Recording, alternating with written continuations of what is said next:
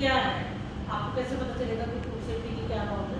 तो FSSAI के अंदर शेड्यूल 4 है, एक पार्ट है शेड्यूल 4 जिसके अंदर सारी की सारी प्रैक्टिसेस GMP, GLP, आपका SOP, इन सारी चीज़ों की बात की गई है, पर्सनल हाइजीन की बात की है, आपका जो एरिया है उस क्लीननेस की बात की गई है, प्रिवेंटिव मेंटेनेंस की बात की गई है। उसी शेड्यूल 4 को देते हुए हम आज का जो ट्रेनिंग है वो है एडवांस प्रोडक्शन।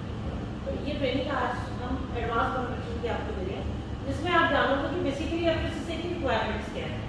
तो सबसे पहले मैं आपको कहूँगी कि बेसिकली ये हमारा टॉपिक है एडवांस प्रोडक्शन। ये सारा का सारा डाटा जो भी आपकी अटेंडेंस शीट है, जैसे हम ये एविडेंस के लिए करते हैं, ये सब कुछ FSSAI की पोर्टल पे अपलोड होता है। फिर वहाँ से सर्टिफिकेट आते हैं। आई एम जस्ट ट्रेनर, मैं सर्टिफिकेट की अथॉरिटी नहीं है, सर्टिफिकेट आपको FSSAI से मिलेगा, उसका नाम होता है फूड सेफ्टी सुपरवाइजर। तो आपको सर्टिफिकेट मिलता है। सपोज आपका नाम है Sunil Kumar food safety supervisor, तो आप मतलब सुपरवाइजर आपको डिप्लोमा मिलता है। आपका जो सबसे पहला एम क्या है कि आगे आपने फर्दर 25 लोगों को ट्रेन करना है, क्योंकि एक रिक्वायरमेंट है कि जितने भी लोग हैं 25 के ऊपर एक फूड सेफ्टी सुपरवाइजर मैंडेटरी है FSSAI, वो भी थोड़ा सा लोड कम करने के लिए। अदरवाइज वो तो कहते हैं कि एवरी एफपीओ शुड ट्रेन, तो वो अब आगे आपकी जिम्मेवारी है कि आपने आगे लोगों को बताना है कि शेड्यूल 4 होता गया है। तो ये है फॉस्टेट विजन, ये basically FoSTaC is a part of FSSAI, जिसका काम होता है ट्रेनिंग देना और सर्टिफिकेशन करना। ठीक है, फूड सेफ्टी की ट्रेनिंग देना और सर्टिफिकेशन करना, ये मैं ट्रेनर और असेसर हूँ का, और ये हमारा ट्रेनिंग पार्टनर है क्वालिटी सर्विसेज। तो हमें जैसे किसी स्कूल में एडमिशन लेना पड़ता है ना, वैसे क्या है कि क्वालिटी सर्विसेज FSSAI के पैनल पे वो आपको एक आपने स्कूल में एडमिशन ली, वहाँ से रोल पर जनरेट वहीं से हुआ, वो सारा काम हमने किया आपका। ठीक है, तो मतलब आपको खुद कुछ काम नहीं करना पड़ा, वो क्वालिटी सर्विसेज के थ्रू हुआ। तो आपके नाम आएगा क्वालिटी सर्विसेज का कि ट्रेनिंग पार्टनर कौन था।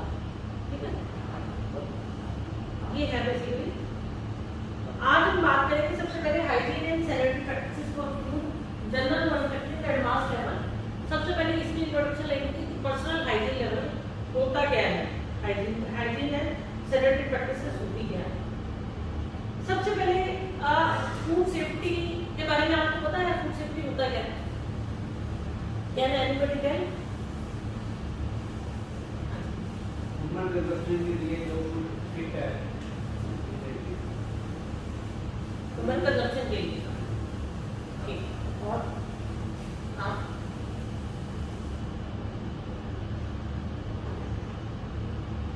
सबसे पहली चीज बात करते हैं फिट तो बहुत कुछ होता है। फिट तो नॉन वेज और वेज दोनों तरह की कैटेगरी है। आपके यहाँ जैसे ब्रेड बनती है, डिफरेंट बनती है, ऐसी भी बनती है जो नॉन वेज ब्रेड भी होती है। आजकल तो मिलेट वाली ब्रेड भी चलने लगी है। ठीक है, जैसे आपका बेकरी ब्रेड है, तो उसके अंदर क्या है कि तरह फिट तो बहुत कुछ होता है, लेकिन जो एक्सेप्टेबल होता है, एक्सेप्टेबल मतलब अगर मैं वेजिटेरियन हूँ तो which is accepted to me. Food safety वहाँ बात करता है कि food safety means assurance the food is acceptable for human consumption according to its intended use.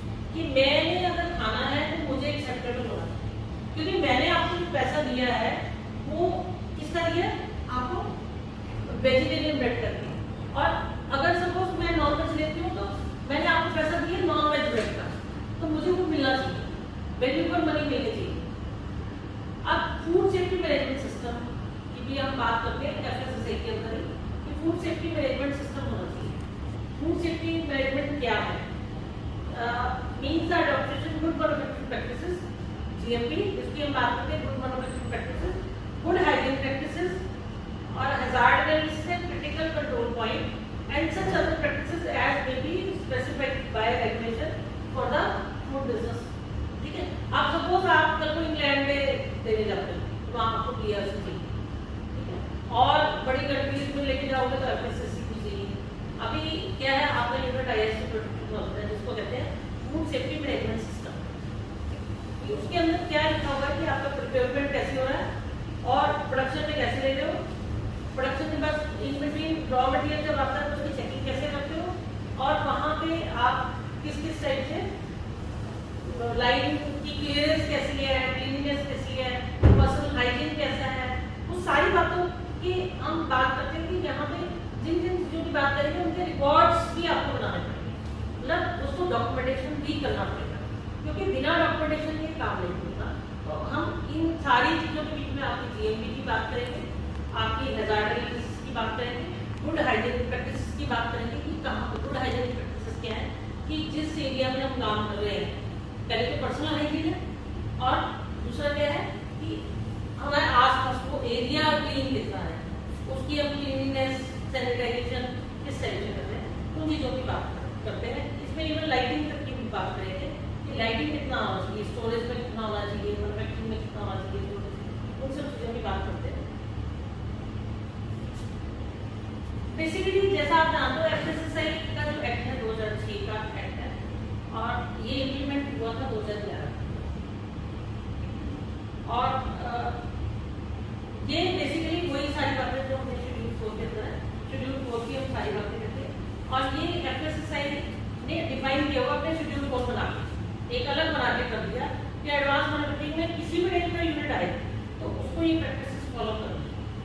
मोर और लेस थोड़ा बहुत फर्क है, सबके schedule A B C D में थोड़ा बहुत फर्क है, बट अदरवाइज बातें वही सेम है। हाइजीन की बात की है और आपका एहसास की बात की है, क्रिटिकल कंट्रोल पॉइंट्स की बात की है, ये सारी बातें हैं, ठीक है। तो ये आप नीचे लिखा हुआ schedule 4 and critical control point, ठीक है। इसमें शेड्यूल 4 की कंप्लायंसेस होती है FSMS प्रोग्राम के अंदर, जो आपका FSMS होता है जो फूड सेफ्टी मैनेजमेंट सिस्टम है, उसके अंदर ये भी हम पार्ट पूरा करते हैं जो शेड्यूल 4 कंप्लायंस का FSMS